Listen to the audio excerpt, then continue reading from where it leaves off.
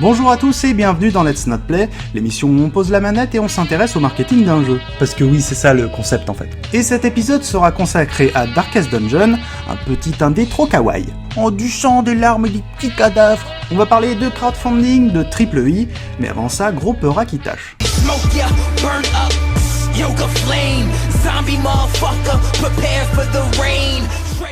Sorti le 19 janvier dans sa version finale et développé par Red Hook, un studio canadien, Darkest Dungeon est un jeu de rôle tactique au tour par tour, couplé d'un dungeon crawler saupoudré de roguelike. Et si vous n'êtes pas amateur de jeux vidéo, vous n'avez rien compris à ce que je viens de dire.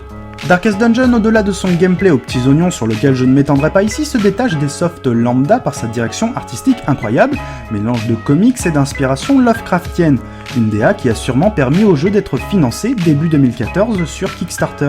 Et on va d'ailleurs se pencher tout de suite sur ce crowdfunding. Alors qu'ils n'en demandaient que 75 000, les Canadiens de Red Hook se sont retrouvés avec la coquette somme de 313 000 $ après leur période de backing sur Kickstarter. Un nouveau succès indépendant qui vient rejoindre les Shovel Knight et autres yokai lélé machin truc. À cette différence près qu'ici les Gugus essayaient pas de nous refourguer de la vieille soupe. Et là vous vous dites, ils auraient donc réussi leur Kickstarter sans venir nous chatouiller la nostalgie? Mais quelle est cette sorcellerie? Eh bien cette sorcellerie, ça s'appelle une communication maîtrisée. Et d'après ce que j'ai pu glaner comme information, il me semble que celle-ci doit beaucoup à un certain Tyler Steinman, le producteur et game designer du jeu. Un mec qui déclare s'intéresser principalement au game design, au business en général, à l'économie et aux théories des jeux. En gros, tout ce qui tourne autour d'un jeu, quoi. Et ça se ressent vraiment dans la manière qu'ils ont eu de communiquer sur le jeu. Steinman a donné de nombreuses interviews et écrit des articles après le financement de Darkest Dungeon. Il explique étape par étape comment il a fait pour faire connaître son jeu. Si tu l'écoutes, ça a l'air tout simple de réussir sa campagne. Il faut d'abord un bon jeu. Non. Déjà avant de lancer son Kickstarter, Steinman avait lâché un trailer du jeu pour commencer à fédérer une communauté.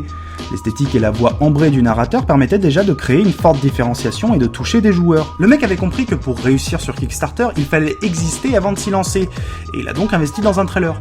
Et cela démontre qu'il avait bien saisi les succès des projets que nous avons cités précédemment.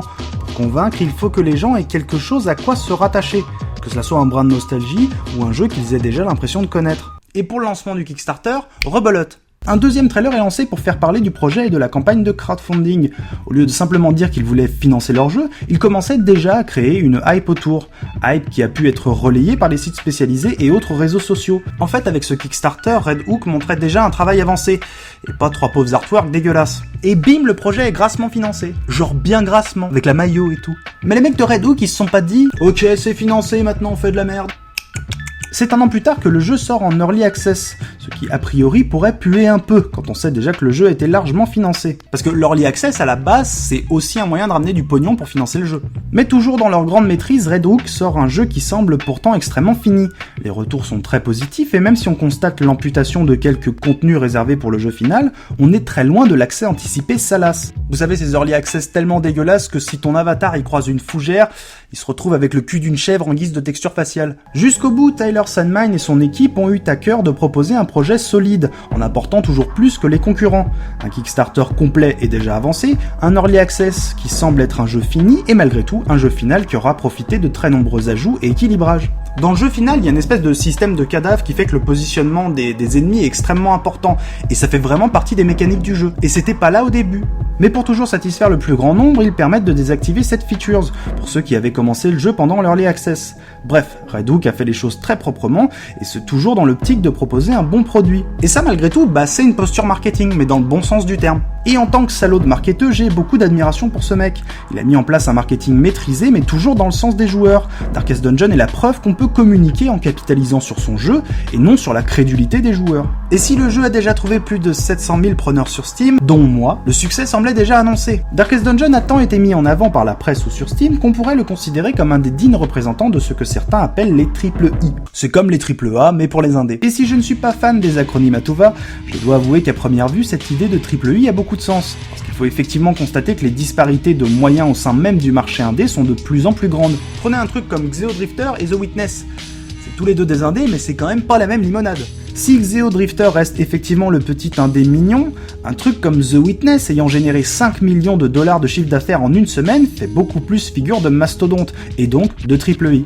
Et que ça soit les projets de Clay ou de Devolver, cette idée de triple I a une résonance qui est plutôt juste, en tout cas si on se pose dans l'analyse du marché. Et même si on pourrait voir d'un mauvais œil cette manière de vendre un jeu au profit d'autres, c'est malheureusement la réalité du marché. Et je fais bien sûr ici le lien avec notre vidéo sur l'indépendance. Sur le marché indé, pour survivre, il faut savoir faire du marketing. À part si vous appelez Toby Fox, bien sûr. Et je sais que souvent le marketing dans le jeu vidéo, c'est un peu crapuleux. Et quand c'est le cas, faut râler. Et je crois qu'on le fait assez régulièrement. Mais aussi des trucs propres, qui mettent le jeu au centre. Le marketing a été, est et sera toujours indispensable aux jeux vidéo. Et si parfois il s'immisce jusqu'au fond du processus créatif et pourrit les jeux de l'intérieur, il lui arrive parfois d'être dompté et de permettre à de grands jeux d'exister. Comme ce Darkest Dungeon. Voilà, cet épisode est maintenant terminé. Petite note rigolote, quand on lance le jeu Darkest Dungeon, on voit des remerciements pour Clay. Alors je ne sais pas dans quelle mesure Clay a été investi dans Darkest Dungeon, mais c'est assez drôle de voir que le jeu transpire vraiment la philosophie de Clay. Il y a cet équilibre entre direction artistique très marquée et gameplay ciselé au poil de cul. Merci pour votre temps, vous pouvez liker ou disliker si vous n'êtes pas content, faites-nous des commentaires, mais surtout partagez la vidéo si elle vous a plu. Quant à moi, je vous dis à dans 2 semaines si tout va bien, et cœur sur vos manettes.